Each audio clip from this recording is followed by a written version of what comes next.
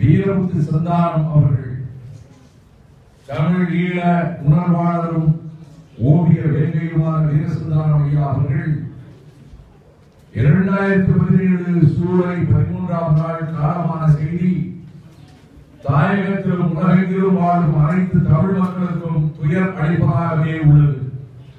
தொடக்க காலம் முதல் தமிழீழ தேசிய தலைவர் அவர்களையே தனது மானசீகமான தலைவராக ஏற்று இறுதி வரை தமிழீழ கனவையும் நனவையும் தன் நெஞ்சகத்தில் தாங்கி வாழ்ந்தவர் வீரசந்தானம் அவர்கள்.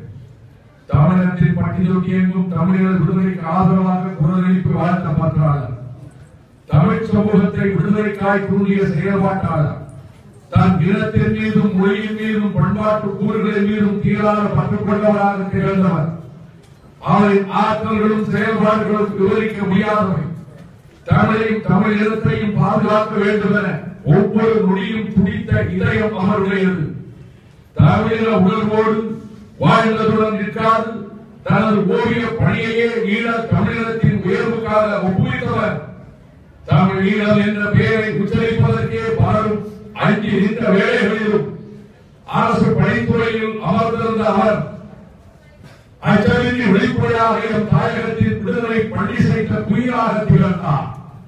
அவரின் பேச்சிலும் மூச்சிலும் வாழ்விலும் பிரிக்க முடியாத கூறாக தமிழ் ஈழம் இருந்தது. வீரசந்தானம் அவர்கள் சிறந்த ஓவியர் என அறியப்பட்டவராக இருந்தபோது அவருக்குள் பன்முக ஆற்றல்கள் இருப்பதை உடல் அறியும். அவரின் நடிப்பாற்றலை வெளிப்படுத்திய திரைப்படங்கள் பல உண்டு.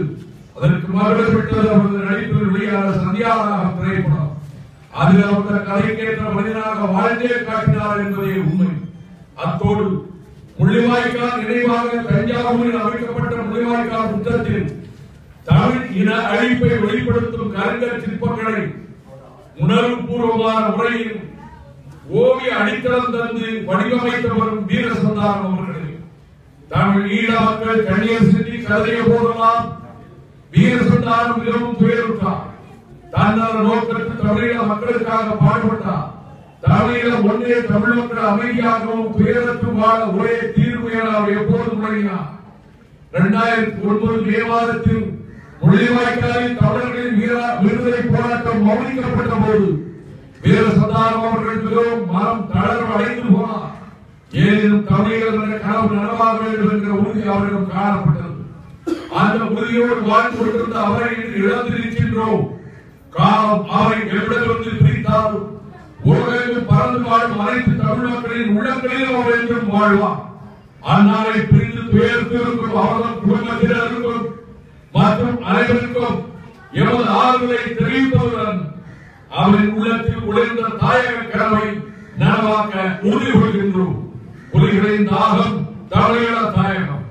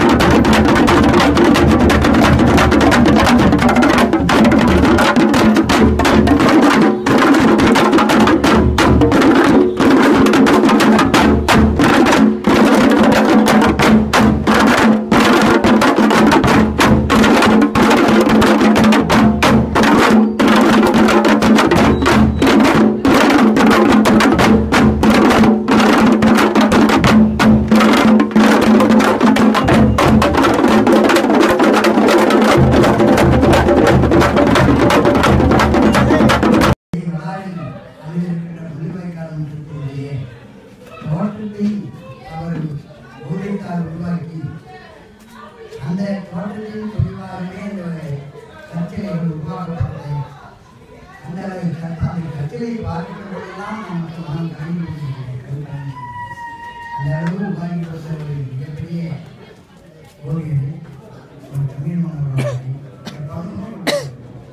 கலைஞர், திரைப்பட நடிகனாக அவர் என்ன சொல்ல முடியும் என்பதை கேட்டால், ஏன் திரைப்படத்தை எடுத்தேன் என்று சொன்னார்.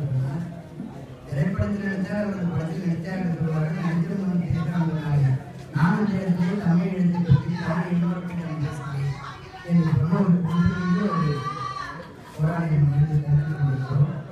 அதை இங்கே வந்து இருக்கிற ஐயா புதிய வைக்கோல் இருக்கிறார்கள். அவரெல்லாம் மிகப்பெரிதாக நல்ல இருக்கிறார். எனவே அவருடைய மறைவு நம்ம எல்லாம் கலந்து வைக்கிறது. இருப்பினும் அவர் வெற்றி பெறுகிற கொடியை நாம் பெற்று கொடுப்பதாக இருக்கின்றார். அவர் நாம் செய்கிற கடனாக இருக்கும். ஆகவே நம்முடைய இறங்களை தமிழ் தேசிய போராளி, ஓவிய போராளி, தஞ்சாவூர்ல முள்ளிவாய்க்கால் நினைவு முற்றம் வந்து ஓவியர் வீரசந்தானம் அவர்கள் வடிவமைச்சாங்க. எந்த விதமான சமரசம் பண்ணிக்க மாட்டார். கொண்ட கொள்கையில் உறுதியாக நிற்கிறவர். எவ்வளவோ இயக்கங்கள் இருந்தாலும் அவ்வளவு இயக்கங்களும் மதிக்கக்கூடிய ஒரு போராளி அவர். அவருடைய இழப்பு தமிழ் தேசிய போராளிகளுக்கும் ஈழ விடுதலை போராளிகளுக்கும் ஒரு தாங்க ஒண்ணா துயரம். அவருடைய துயரங்களில் நானும் பங்கு பெறுகிறேன். தமிழகத்தின் தலை சிறந்த ஓவியர்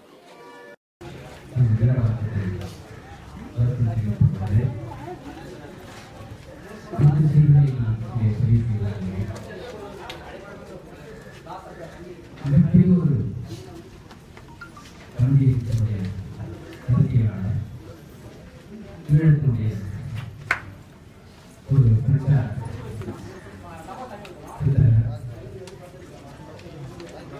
என்ன வந்து அது கடின சாடி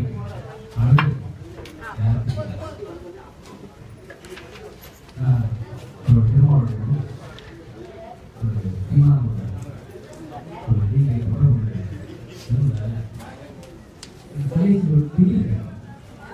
நீங்க என்ன செய்யும் தூங்குறீங்களா? நீங்க ஒரு போராடி நாம தானே எங்க புரிஞ்சது என்ன செய்யறாரு? என்ன ஏற்பாடு ஒவ்வொன்றும் மாறுற படிக்கலாம் சொன்னேன்.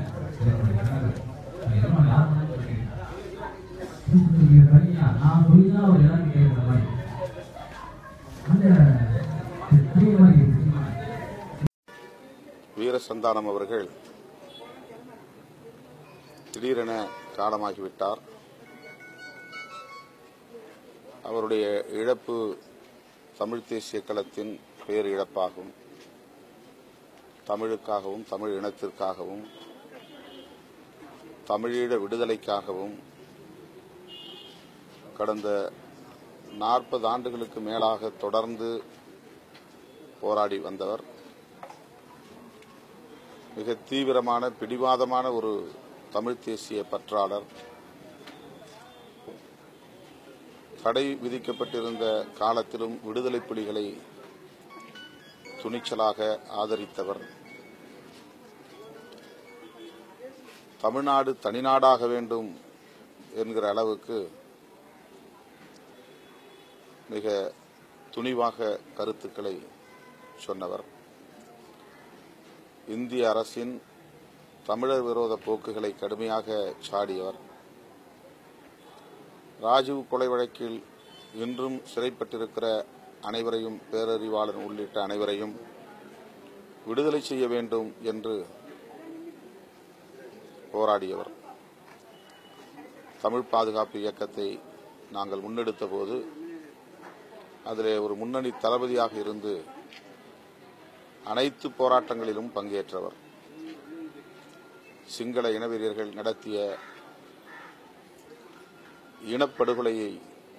இனப்படுகொலை என்னும் அந்த பேர் அவலத்தை சித்தரிக்கும் வகையில் தஞ்சை அருகே நிறுவப்பட்டிருக்கிற முள்ளிவாய்க்கால் முற்றம் என்னும் நினைவிடத்தை கட்டமைப்பதில் பெரும்பங்கு ஆற்றியவர்.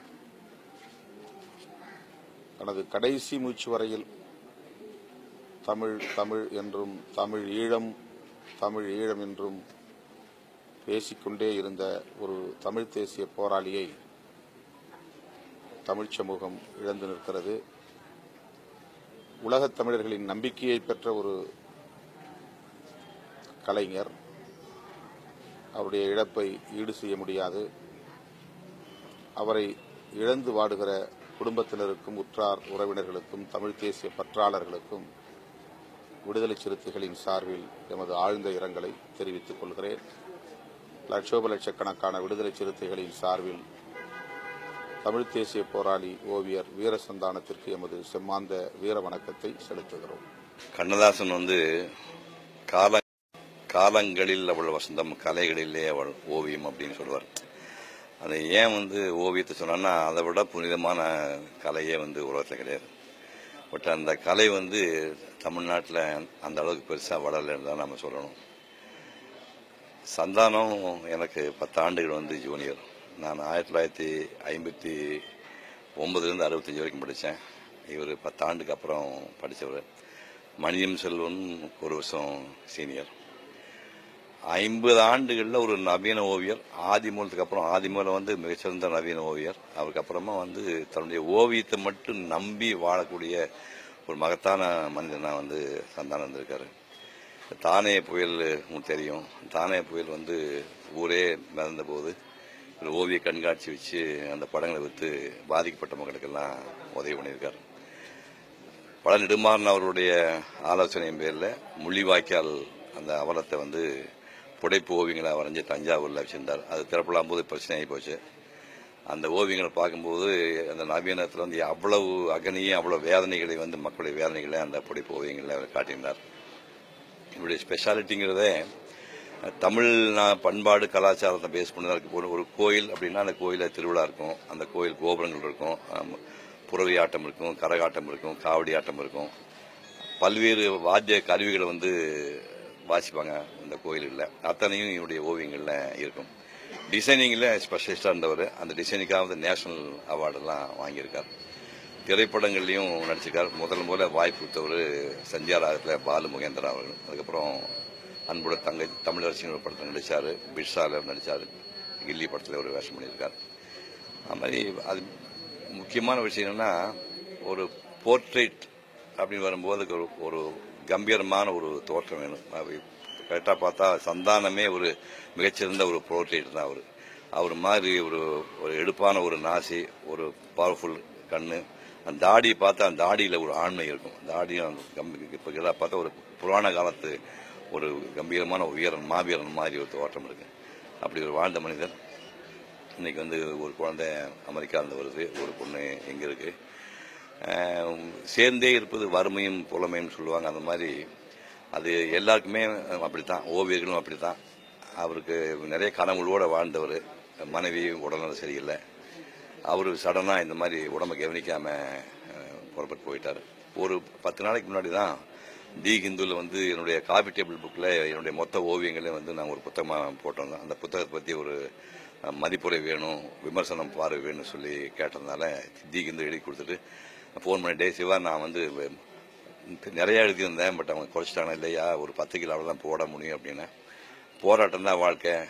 தமிழ் உணர்வு தான் எனக்கு, தமிழர்கள் நல்லா இருக்கணும், தமிழ் உணர்வு தான் எனக்கு முக்கியம். மக்கள் நலம் பாதிக்கூடிய எந்த விஷயமா இருந்தால் போராட்டம் முதலாள போய் நிற்பார். மீத்தேனாக இருந்தாலும், ஹைட்ரோ கார்பனாக இருந்தாலும், இல்லை கூடங்குளம் பிரச்சனையாக இருந்தாலும், இல்லை ஜல்லிக்கட்டு எதாக இருந்தாலும் பார்த்தா முன்னாடி நின்றுப்பார். அந்த மாதிரி ஒரு போராளியாக வாழ்ந்தவர். வாழும் காலம் கூட தமிழுக்காகவும் இந்த மக்களுக்காகவும் வாழ்ந்துட்டு போயிருந்தான்னு ஒரு வாரம் முன்னாடி சொன்னார். இவ்வளவு சீக்கிரம் புறப்பட்டு போவார்னு நான் நினைக்கவே